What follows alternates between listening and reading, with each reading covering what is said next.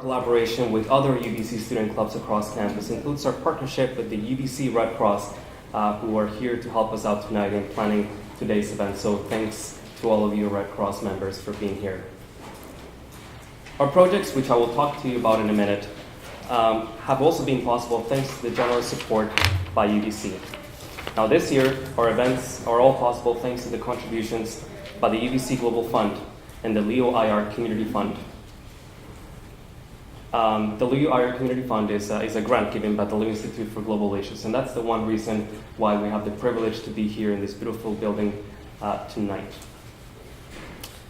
Our vision at IdeasXChange is to not only understand many of today's challenges, but to inspire through learning. Now we do this through interactive workshops, panel discussions, and by giving students and community members the chance to connect and exchange ideas. IdeasXChange. In 2015, we were privileged to host 6 interactive workshops on themes that at first hand may seem different and disconnected from each other. But on a closer look, they're actually all quite interconnected. So these are the events for 2015. We had social sustainability, food security, ecological economics, corporate social responsibility, redefining international aid, and our last event, which was green technologies and shifting to a green economy and climate change. This event brought together over 170 people in the span of just over 2 months. Participants, including students, working professionals, and community members, as you can see here. But our events wouldn't have been possible were it not for the time and dedication of our panelists.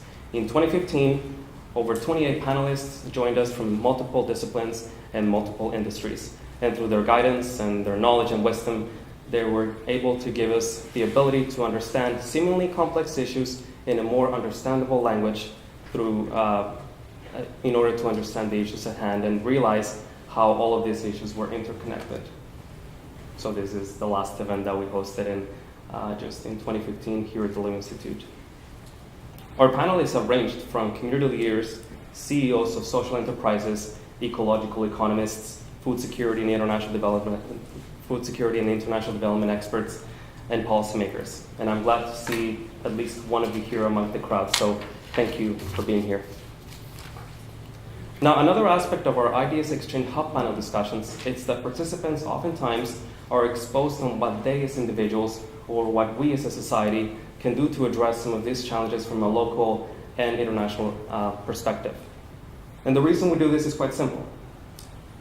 And that's because the issues of our times are unprecedented. The challenges that we're facing nowadays have not been faced by humanity before. Whether it's climate change, environmental degradation, or social issues such as rising inequality, all of these problems will only be solved by working together and bringing together people from different backgrounds, whether it's in academia or the labor force, or just community members who want to make a difference.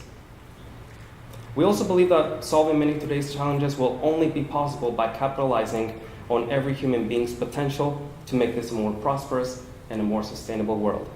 Everyone has the ability to make a difference in their own way, and we believe that innovation is part of the key. And that is why over the past few months, we recently underwent a change in our branding, IdeasXChange as a hub for innovative thinking. Now, through our IdeasXChange Hub events and now through our online magazine, we want to bring in the latest in news, technology, sustainability, business, and science, among other themes. Yes, we got one of the writers here, actually, I see some of you here, from an objective and insightful point of view. Our online magazine launched just a few months ago, but we're already writing a number of pieces on a weekly basis. And as I just noted, a few of the writers are here among the crowd, so I encourage you to go and talk to them. Their ideas are quite inspiring and they're very bright people. And also check out our website at IdeasXChange.org and social media pages for more information. Now, aside from our online magazine team, the IdeasXChange Hub team, who organizes events such as this one today, including panel discussions and workshops, are comprised of UBC students, a few alumni, and community members. I see Jadri smiling here. That's a nice picture there. The 2016 IdeasXChange Hub and online magazine will continue to release even more content and opportunities for learning and connecting with other like-minded people.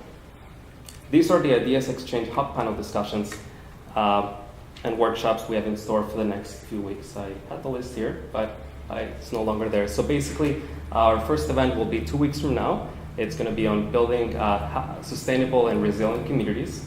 It's going to be 2 Thursdays from now, for February the 11th, 6 o'clock, same location, followed by changing landscapes in the Middle East. We're going to look at how the situation in the Middle East is changing from a political and economic point of view, and social likewise.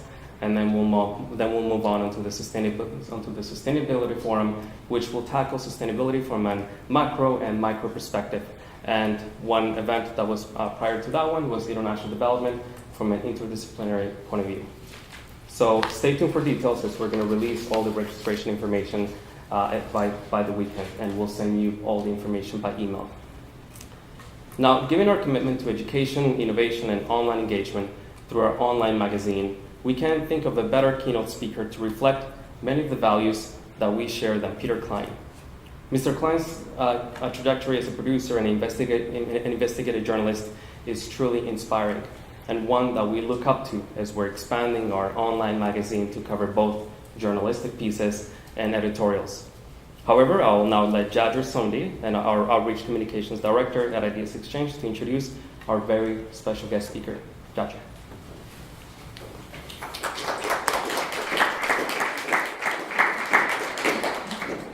Hi everyone. My name is Jadger Sondi, and it's my pleasure to present to you today Dr. Peter Klein.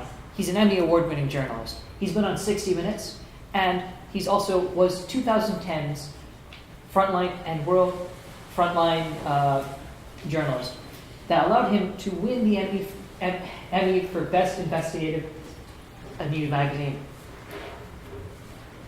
One of the things at IdeasXChange we were talking about is we're all about interdisciplinary learning and bringing together different topics. And we felt that of all the people who do these kind of things, it's the journalists out there in the world who really help us get to know the real story. So of course we'd like to present to you now Dr. Klein. Thank you.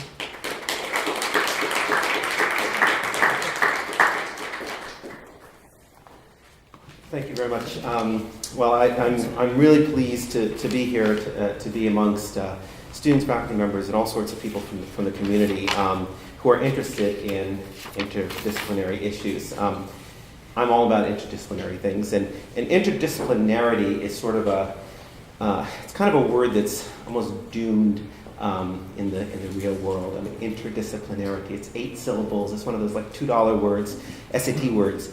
Not something that you typically, say at the dinner table or over a bar. And it's the kind of thing that puts distance between what academics do and what regular people on the street think about. Inside of academia, interdisciplinarity has a whole different meaning, and is often treated as sort of mushy and lacking rigor and unserious. Academics love to be serious. They delve deeply into issues, often for months, years, decades of their careers. Academics create their own nomenclature. If you've ever read an academic paper outside of your field, what the heck is this about? You don't understand half of what's written sometimes. And I've heard academics say on more than one occasion, the more obscure the better. We want to really delve deeply into what we're doing, and we're writing for a very specific audience that understands what we're doing, and no one else is really all that relevant. Well, there's clearly some value to that, and a lot of academic work in sciences, social sciences, humanities, etc., has advanced dramatically because of that attitude. But I'm a journalist, I'm not an academic, and I'm all about interdisciplinarity. As journalists, we spend our days reading academic papers, policy papers, NGO reports. Then we go into the world and report on what we've read, what we've learned, try to find people to illustrate those stories, and then figure out compelling ways of telling those stories to as wide an audience as we can reach. I stumbled into journalism sort of by accident, and I'll give you the very quick version of how it happened. I originally had sought out to be an academic. Initially in wildlife science. I went off to study wildlife science, but in my first wildlife science course, when we were using differential equation to figure out how many deer we should cull in the forests of Pennsylvania, I realized that I don't know if this is necessarily for me. So at the same time, I was taking a philosophy class that I sort of reluctantly took, but I had to because I had to have a humanities credit. And then I sort of fell in love with that. I was like, wow, this is kind of interesting. You get to spend your days thinking about the world, thinking about, existence. I went on to study with R.M. Hare, the famous Oxford analytic philosopher. I helped pay for my time in college TAing math classes, mostly calculus classes, and that sort of got me into economics. And I wrote a thesis on reinterpreting the consumer preference model using fuzzy logic. Probably lots of obscure nomenclature in that paper. I haven't looked at it in 25 years, but I was also interested in music, and to take upper-level music classes, you have to be in the music department, so I would audition to be in the music department so I could take the courses that I wanted to take, and then I'd leave the music department. I went to study with Howard Odum, one of the founders of ecology, to study ecology, and I wrote a thesis in science, technology, and society. I was all over the place, and I was also pre-med for a while. So, needless to say, I had a very interdisciplinary undergrad experience. And when it was time to figure out, all right, I'm grown up now, I got to pay off my student loans and get a real job, I thought, well, journalism might actually be the right thing for me because I can't quite decide what I want to be, and maybe I can sort of put off that decision for a while, and I put it off for 30 years so far. But what I've been able to do as a journalist is really delve into areas for a long period of time, often for years, work closely with leading scholars, policymakers, etc., and find ways of reaching a broader audience. In academia, we have a term for this. We call it knowledge mobilization. It was a notion that actually was popularized in Canada about a decade ago by SSHRC. Some of you may have your work or studies funded by SSHRC, Social Sciences and Humanities Research Council. There was a real push about a decade ago, a little more than a decade ago, for publicly funded academic research to find a life outside of the elite journals that normally would be advancing the careers of the academics who were writing these things. As academics, of course, would do, they created their own nomenclature. We call it KMB, or KM, knowledge mobilization. There's another term that some of you may have heard, knowledge translation. And can you guess what academics call that? KT. So, KT. So you'll hear this term, KT, thrown around. It's a very similar concept. It's used more in the sciences. And that actually also has its origins in Canada. CIHR, the Canadian Institute for Health Research, gave this definition of knowledge translation in 2000, specifically around applying knowledge to improve the health of Canadians. It has been sort of reinterpreted and expanded all over the world, and it's now part of the funding mechanisms of academic research all over the world. This impetus to get your academic research into, if it's sciences, into engineering and hospitals and places like that. This has been really good for people like me, journalists, because we now all of a sudden are sort of welcome in some ways in the hallowed halls of academia. We're professional interdisciplinary knowledge translators and mobilizers. I've actually literally used those words on a CV. In the rest of the world knows us as journalists, but that's what we do. Now, that's not to say all journalism is truly interdisciplinary or actual knowledge mobilization. Very often it's not knowledge infused, but I think the best journalism does aim to achieve those goals. Here at UBC, about 8 years ago, I started a course called International Reporting Program at the School of Journalism, just across the street here. And the goal of that class was to be truly interdisciplinary and to do knowledge mobilization.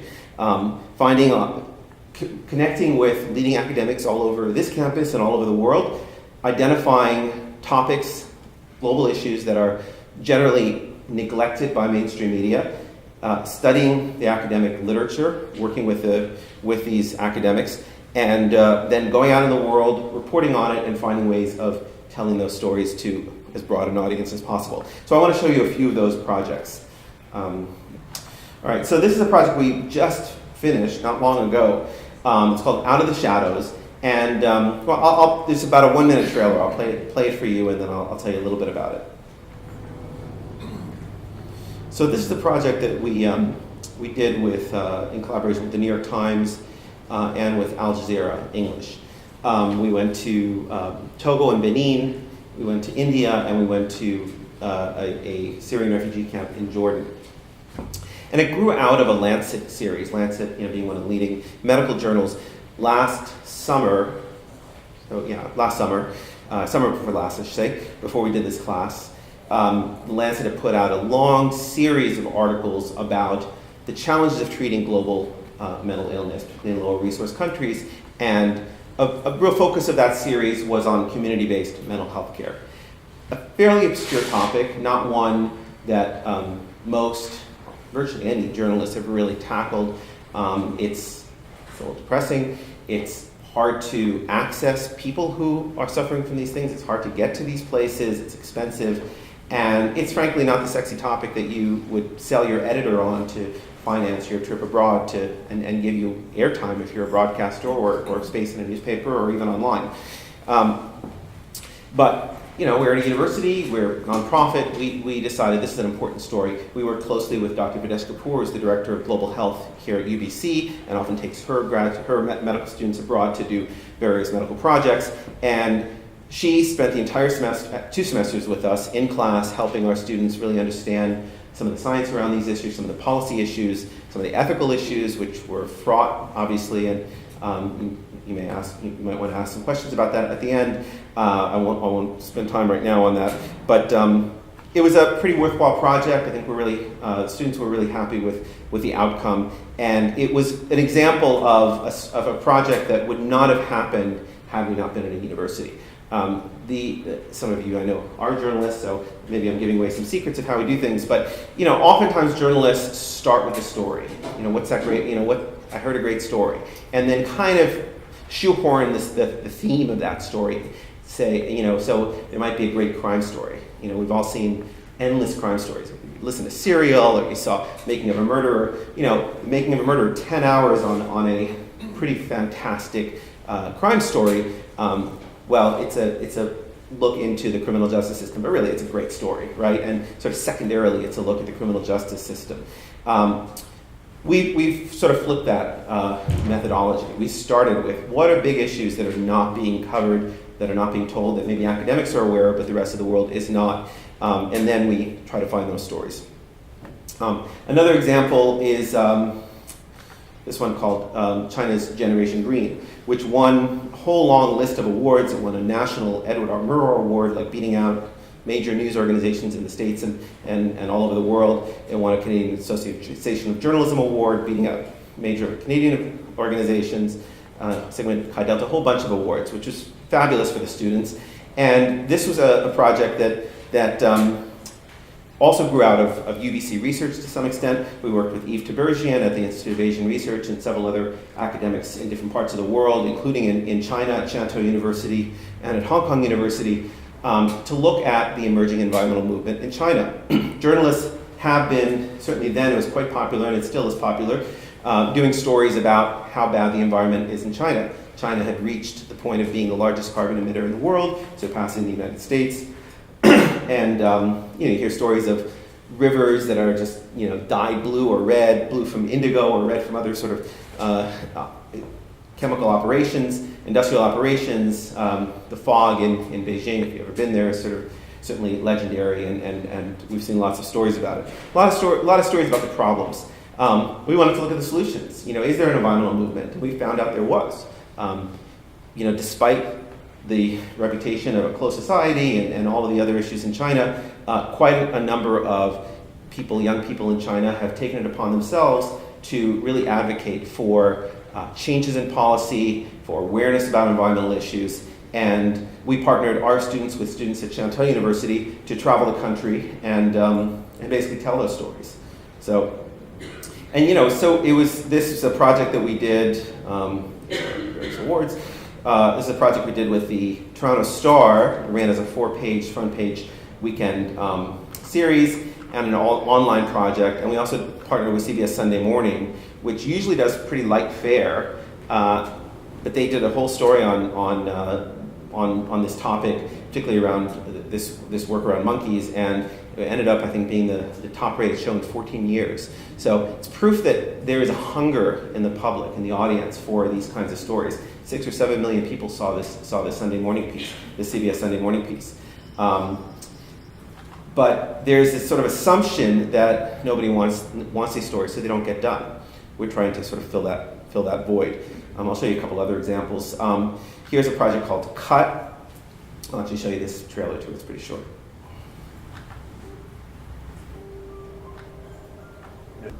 Anyway, this is a project that, again, grew out of work being actually done in this building at the Lew Institute. Peter DeVerne, who was the director of the Lew Institute at the time, had written a book called Timber, an academic book, looking at the illegal timber trade, working closely with a postdoctoral student named Jane Lister. And the Interpol had said about 30% of the world's wood is illegally cut down. It's traded all over the world, but it's illegally cut down. There's mafias involved, there's people have been killed over it, indigenous land is regularly stolen, obviously endangered species are put in even more danger, all sorts of issues around illegally sourced wood. So,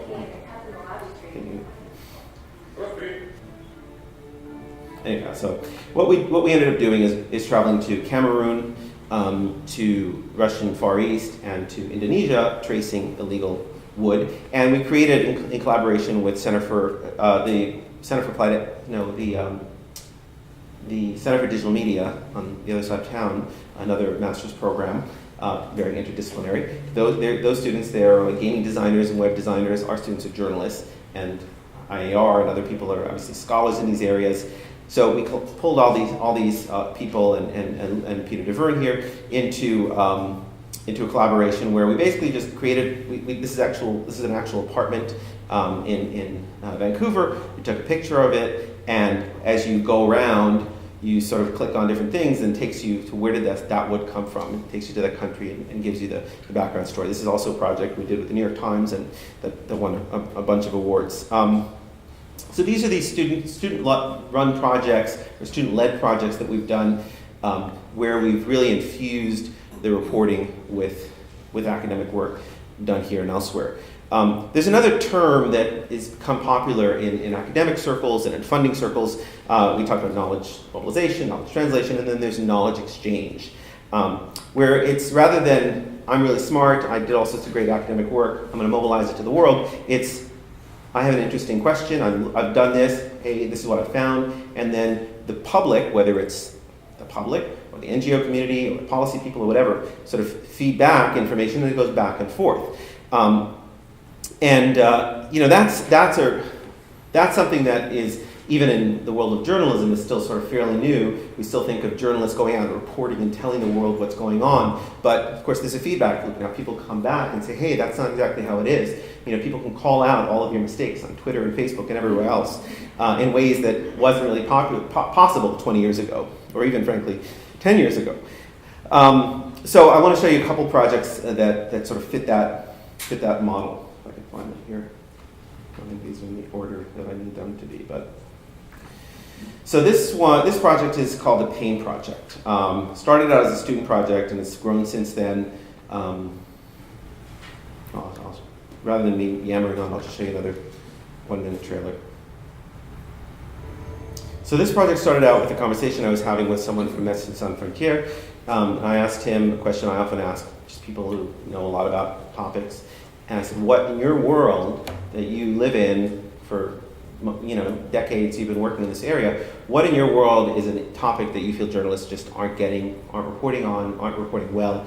And I was really surprised. He said, well, cholera, HIV, multi-drug-resistant TB, malaria, all those issues get some attention. There's policymakers who are doing it. Obviously, we can always use more money. We can always use better science, better medicine, obviously more public attention. But he said most people ultimately are not going to get treated for whatever disease, particularly cancer and things like that, because in lower resource countries you don't really have the sort of treatments that would save someone's life.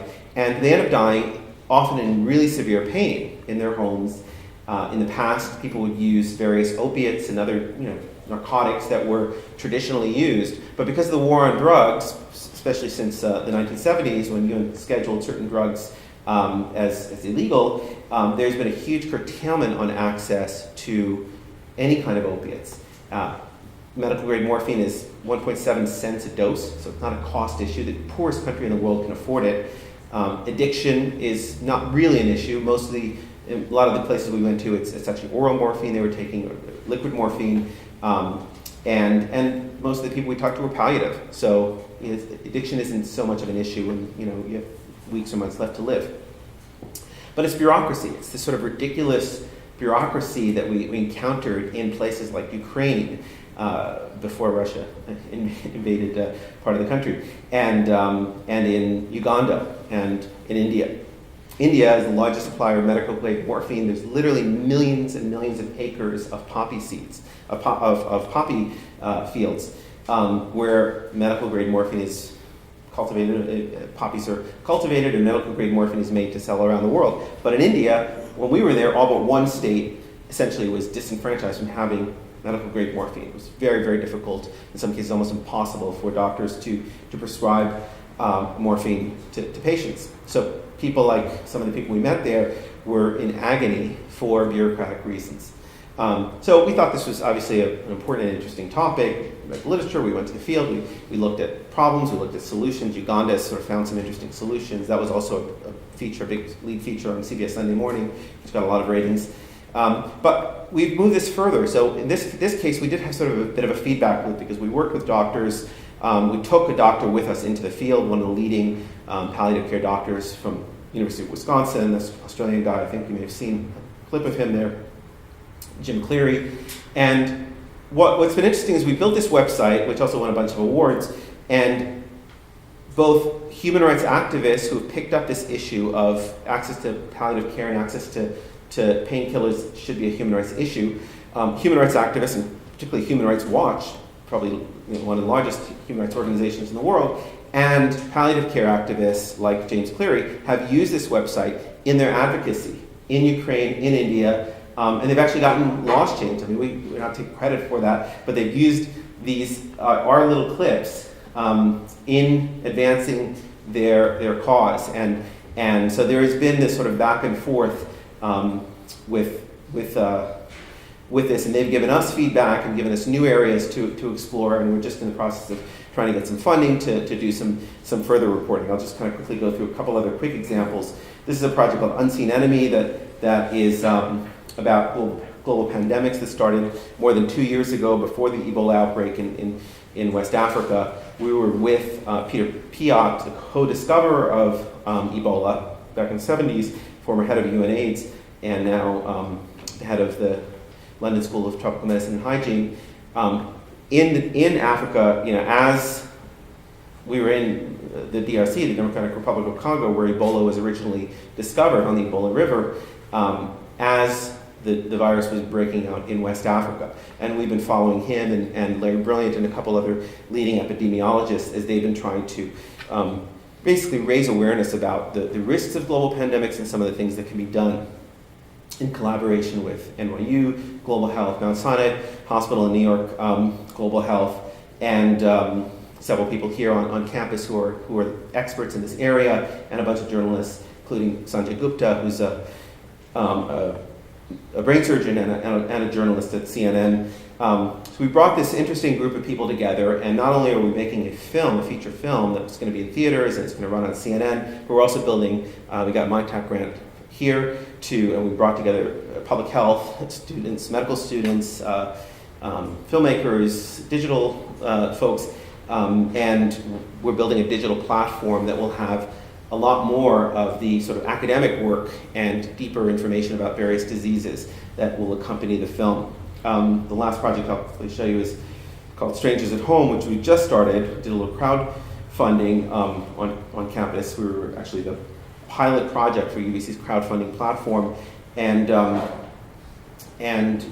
basically in this case we wanted to look at the rise of xenophobia in Europe, starting this about a year and a half ago, before the Charlie Hebdo attack and before the more recent attacks and the sort of backlash against Syrian refugees in Europe. And such a complex issue that what we decided to do is, rather than us sending journalists there to report it, we've empowered storytellers, and they aren't necessarily journalists. this one, Fear of Ghosts, in Serbia, is done by a cartoonist, a prominent graphic artist. We have musicians, we have filmmakers, writers, philosophers, all sorts of different activists, and as well as some fascist advocates. And we've essentially empowered them to tell their stories and share with the world what's going on in their country from their perspective. So it's very much sort of an iterative process. All of these last three projects are actually part of what we're calling the Global Reporting Center. I'm not sure if we have the website of that here, but so the Global Reporting Center is this new nonprofit, academically based organization we're building here at UBC that is taking what we've done with our students, taking it one step further and really pairing up leading global journalists from literally all over the world with students and academics here and elsewhere to take on big projects in a sort of a more robust way and in a more ambitious way and often beyond the sort of natural cycle of a 2-semester course. So in some cases, like this Unseen Enemy, that's been going on for 2 years now. A lot of these projects are long-term projects. Universities afford amazing opportunities for researchers to delve deeply into their fields. We also have an opportunity, and I'd say in some cases a responsibility to help get some of the most relevant information out into the world, and that's what we're trying to do with the Global Reporting Center. So thanks for listening, and I welcome your questions.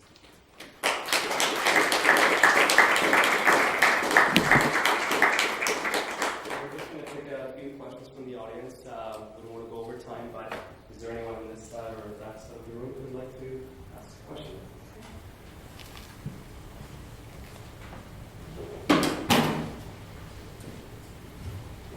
So you have great projects going on.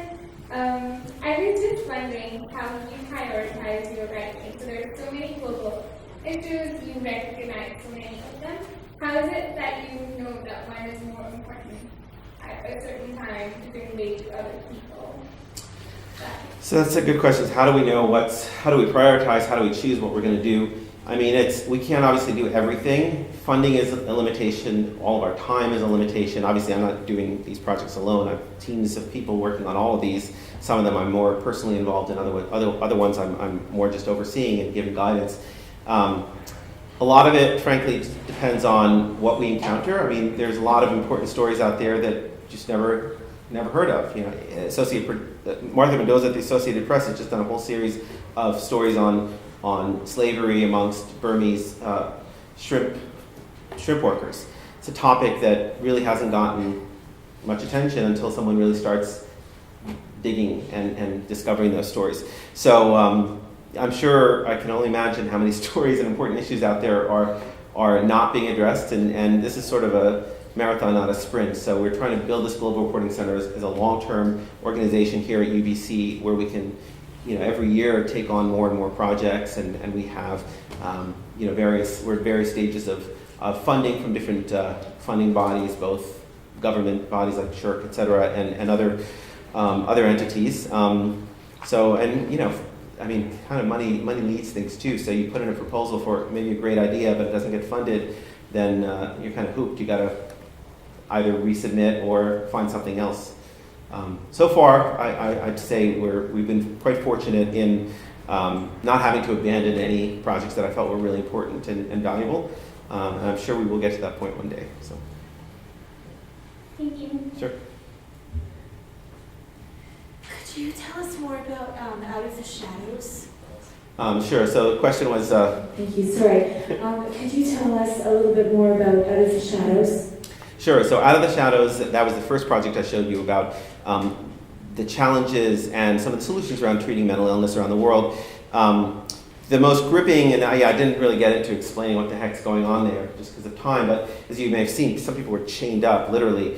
And in Togo and many other parts of the world, and particularly parts of West Africa, it's not uncommon for people with severe mental disorders or who are maybe a harm to themselves or they're feared to be out of control in some way, the kind of people who might end up in a hospital here they can't get to a hospital. There's 4 psychiatrists for the entire country. There's virtually no medication. There's no clinical workers. So what people end up doing is they bring their family members, their loved ones, to prayer camps. And that was a prayer camp that we went to that had 153 or 154 people chained to trees in this forest grove, just sitting in their own filth, and some of them weren't even wearing clothes.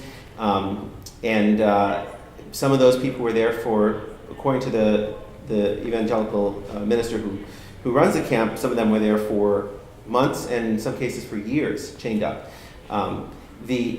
Their assumption, whether he believes it or not, is that the prayer eventually heals, and of course some people cycle out of psychotic episodes or whatever it may be, and then they're well, and he's interpreting it as he's been able to heal them, and then they're freed, and then they go off. But there's a really interesting man named Gregoire who is from Benin, neighboring Benin, and he realized this was a problem in his country and has advocated for creating community-based care facilities, sort of ad hoc, and got some money, quite a bit of money actually from Quebec and from France, and brought in experts from these different countries, and has created sort of drop-in centers where people can go if they're having some mental distress, or they can bring family members or loved ones. And he claims, and so far we've not been able to dispel his claim, that they've pretty much shut down these prayer camps in Benin because he's created an alternative, and he's trying to do that in Togo. So that was a big front page story in the New York Times we did. We also went to India to look at community-based care that's being advocated particularly by Dr. Vikram Patel and several other people.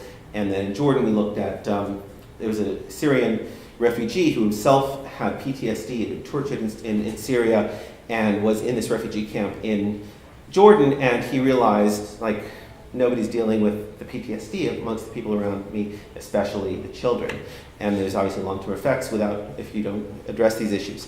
So he, largely under the radar and slightly illegally, because he's not licensed to practice in Jordan because he's Syrian, he created a whole clinic, essentially, a whole infrastructure called Syria Bright Futures, that is treating, mostly through cognitive behavioral therapy, helping the children cope with their nightmares and their kind of PTSD symptoms. So is Out of the Shadows just for mental illness?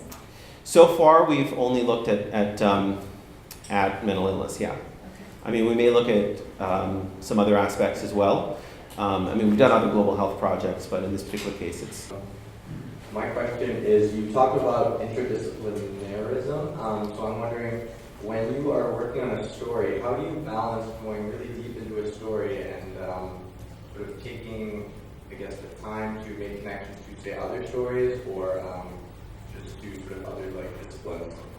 So, when there's lots of different kinds of journalism, right? You might be a reporter in a local newsroom, and you get a phone call at 2:00 saying, go, there was a shooting on wherever, and go talk to the people and get it on the evening news tonight. So you have 2 hours or 3 hours to put it on, right?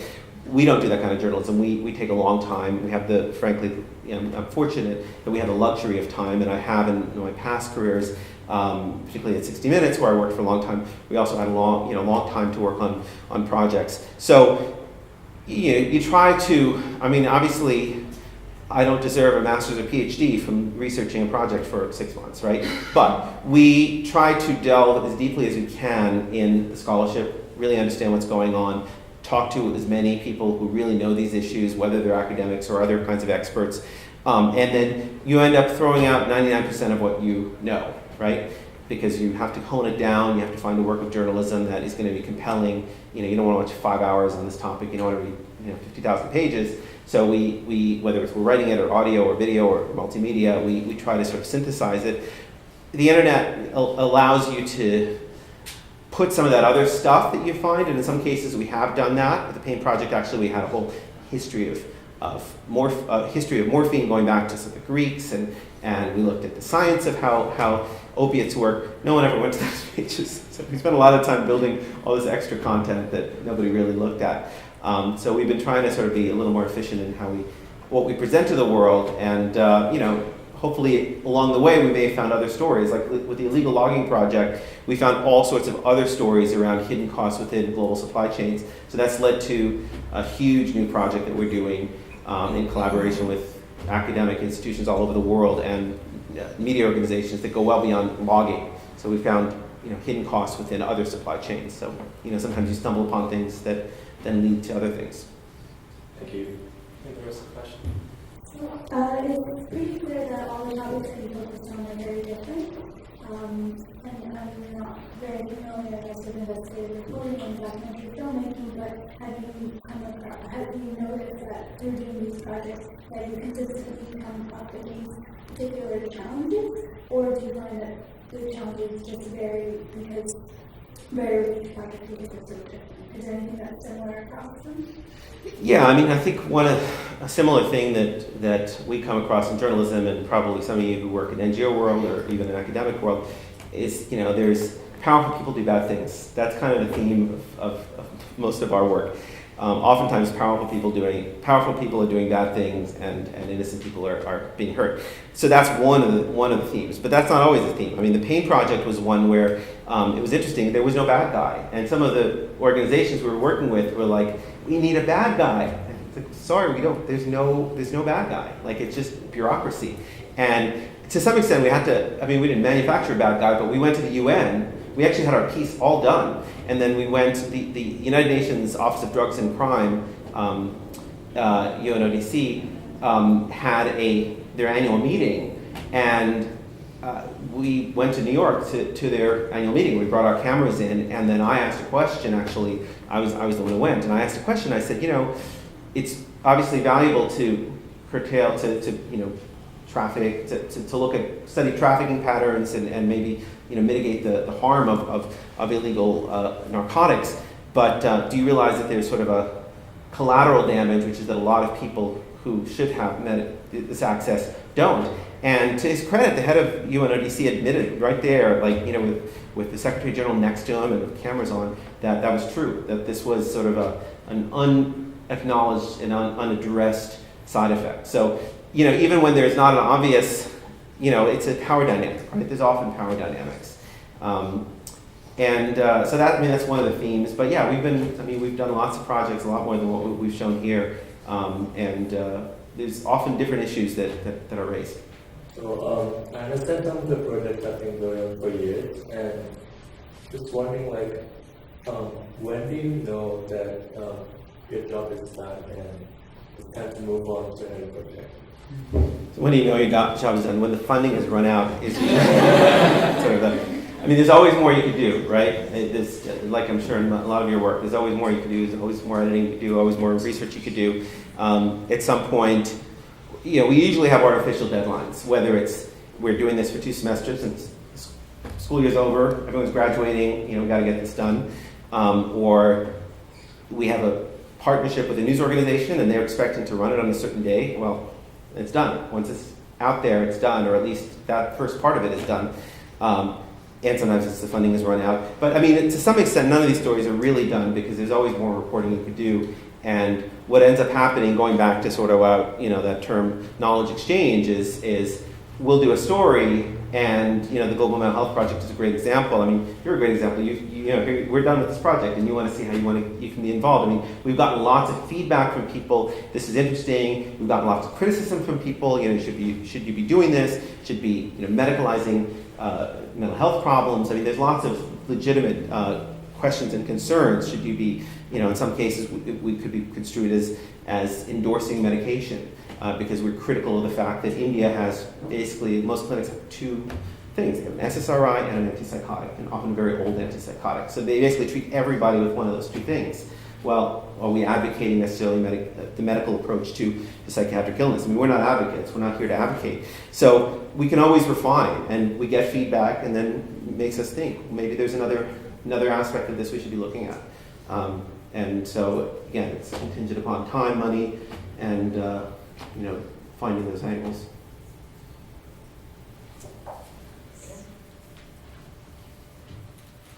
Okay, well, thank you very much, Peter. Sure.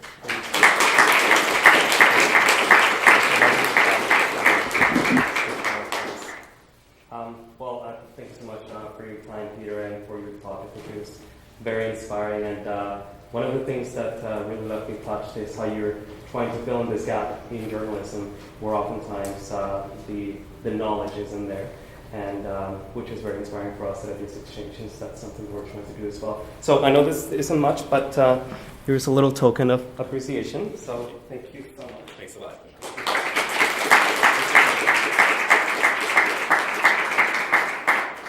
So do stick around.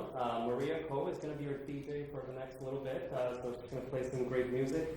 Winnie will get a little icebreaker started in about 2 minutes. So get some food, mingle, talk to each other, and thanks so much for being here. And enjoy your evening. Thank you.